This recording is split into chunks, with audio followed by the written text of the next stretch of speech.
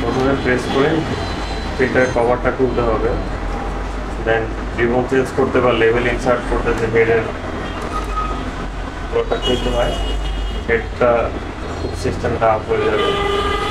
Spring mechanism আছে, কোনো screw বা বোল্ট দিয়ে আটকানো হয়। এগুলো তুলে যায় জেন্টলি পুশ করে যে কোনো একটা কর্নার উপরের দিকে তুলে দিলে হেডের একটা পোর্শন খুলে যাবে, দেন একটা সাইডে দিকে চলে আসবে।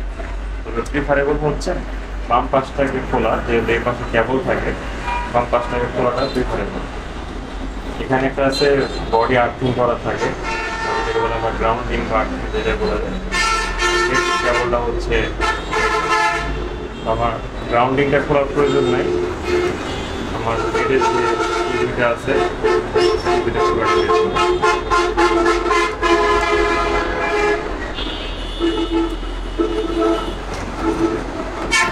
হেডটাকে কালো এই প্লাস্টিকের কভারটা দিয়ে যে সাপোর্ট দিয়ে আটকানো থাকে, এটা খুলতে হলে দুই পাশে পিন দিয়ে লক করা থাকে।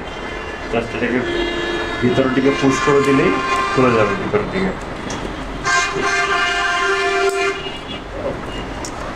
এটা খুলে দিলেই হেডটা বের হয়ে চলে আসবে। এবং হেডটা খোলার সময় খুব খেয়াল রাখতে হবে, এই হেডগুলো সাধারণত এই রিবনটার উপরে সোল্ডারিং করা থাকে, সেটা খুব খেয়াল করে চাপ দিয়ে ধরে খুলতে হবে এবং লাগাতে হবে, তা না হলে কেবলে ড্যামেজ হয়ে যায়।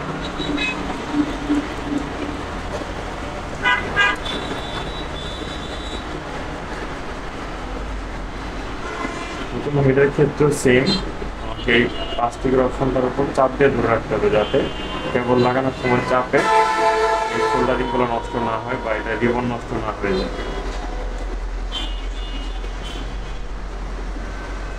দুই পাশ থেকে আস্তে আস্তে চাপ দিয়ে লাগাতে হবে, এক সাইড ফুল চাপ দিয়ে একটা ফাঁকা হয়ে যাবে। লাগানো হয়ে গেছে।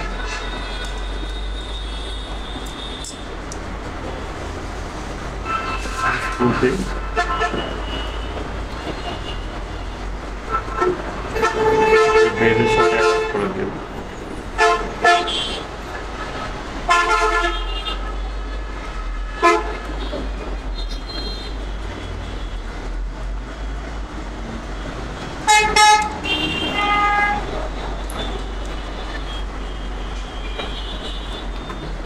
অ্যাটাচ করার সময় খেয়াল রাখতে হবে যেন এই বডিটা বেজের সাথে লেগে থাকে।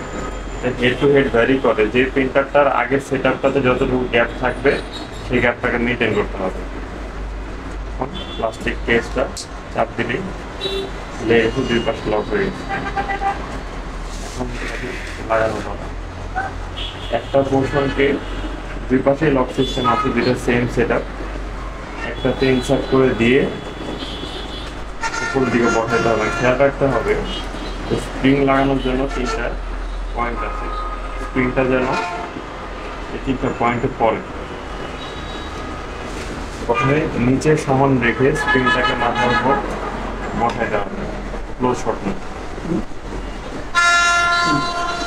স্প্রিংটা যেন তিনটা মাথায় বসে, বসার পরে এটাকে উপরের দিকে হালকা পুশ করে লক করে দিতে হবে। স্প্রিং এর মেকানিজম হেড লাগানো কমপ্লিট।